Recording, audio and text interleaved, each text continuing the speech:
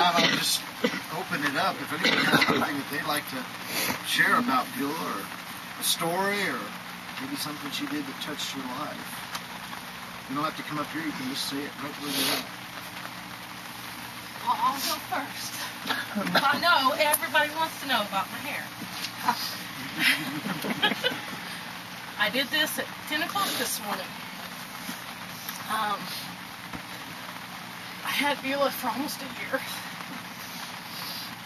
I wasn't just her caregiver, and to her or to me, either one. We were best friends. For a year, no matter what, I went in, whether I was happy, whether I was mad, whether I was furious, it didn't matter. We'd sit for about an hour and talk until I got whatever was straightened out. And she'd tell me about her day and whether she was aggravated or happy, or if she'd gotten something from Carrie in the mail. I'd open it up and we'd read it. And her eyes weren't there, so I would describe stuff to her.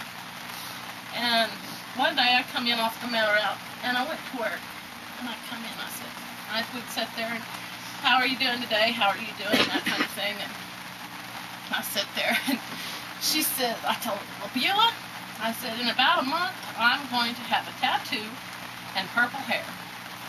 And she says, oh, no, you're not. What are you thinking? And I said, yes, I'm going to have purple hair and a tattoo. And she says, and you know, only she could do it, because she couldn't see you, but she could look at you and just, you knew she was looking right at you. And she says, all right, tell you what, I'll make you a deal. She says, you can have your purple hair, but you can't have the tattoo.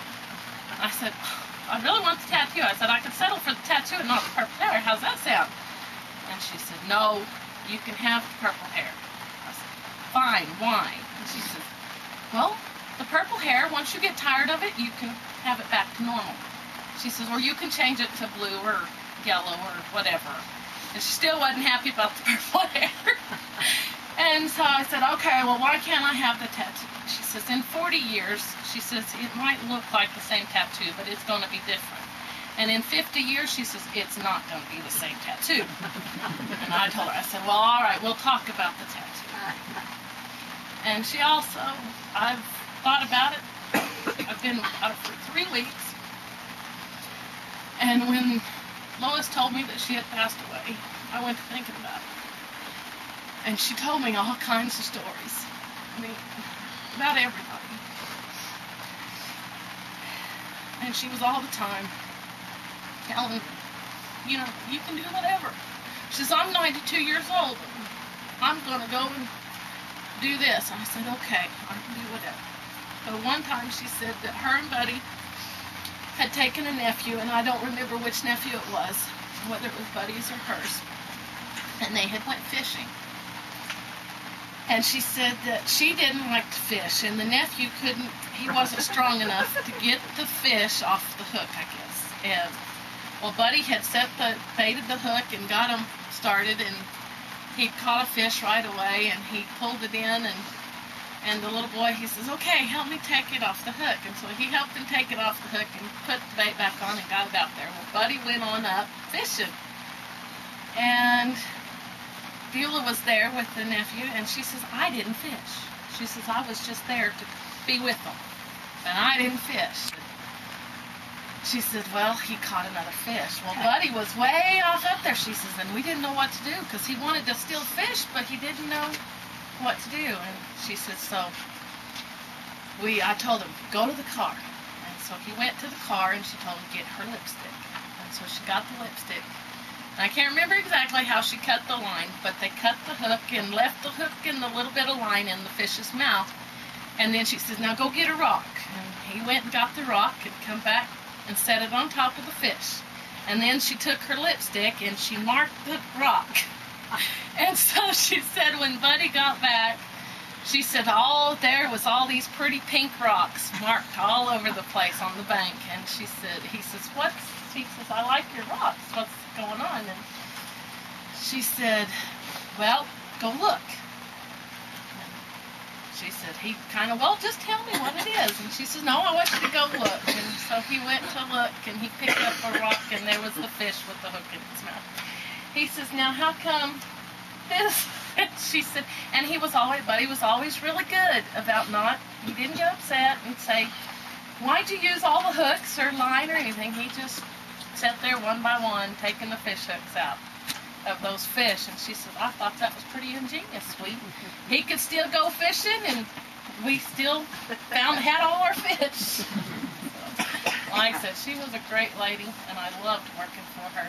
And I told her many times, I said, some days it felt like work because if we had to go to town or something, it got, she'd get pretty tired.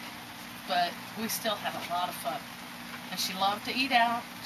We'd go to powwow and we'd have lunch, or we'd go somewhere to have lunch. And like I said, she was a great lady. And I want to miss her. I was always amazed at her quick wit. She had the sharpest, fastest mind to come up with these funny little tidbits that she'd say that just, where'd that come from, Very independent person. Yeah. And she was always ready to go, no matter what it was. And I'd call her every afternoon at 4 o'clock. Well, Miss Buela, would you like to go walking today? Of course. Ready? She's ready to go. I don't remember but one time her being really sick and not wanting to come to church or something. Hardships were never a problem. They were a speed bump Yes. in life. But you can get over it. And she got where she'd have somebody, she'd do birthday cards for everybody and use the initials of their name and would write the sharpest deals that you ever did see. Half the time we was always having, get the dictionary. We didn't know what she was talking about. What's that word?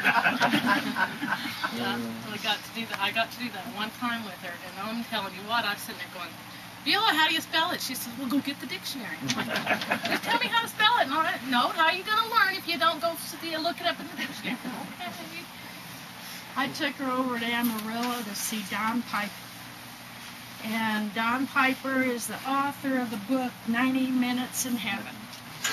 And it was pretty neat taking Buela because she was the oldest one in the room, and they gave us the table right smack in front of Don Piper so that she could hear him, and she could hear him without her microphone, her that thing that she used.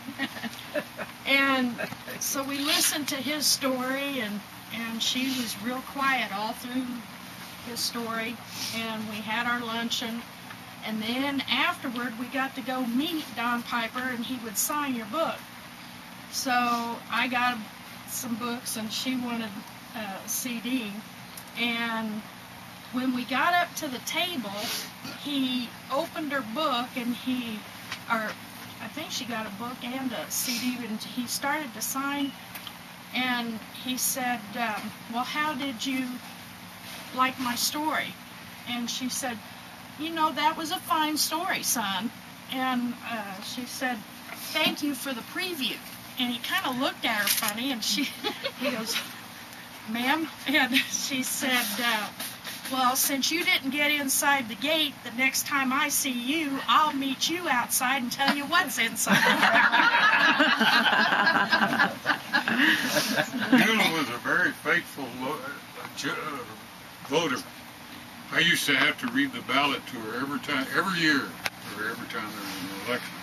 And she knew what she wanted down, and I had to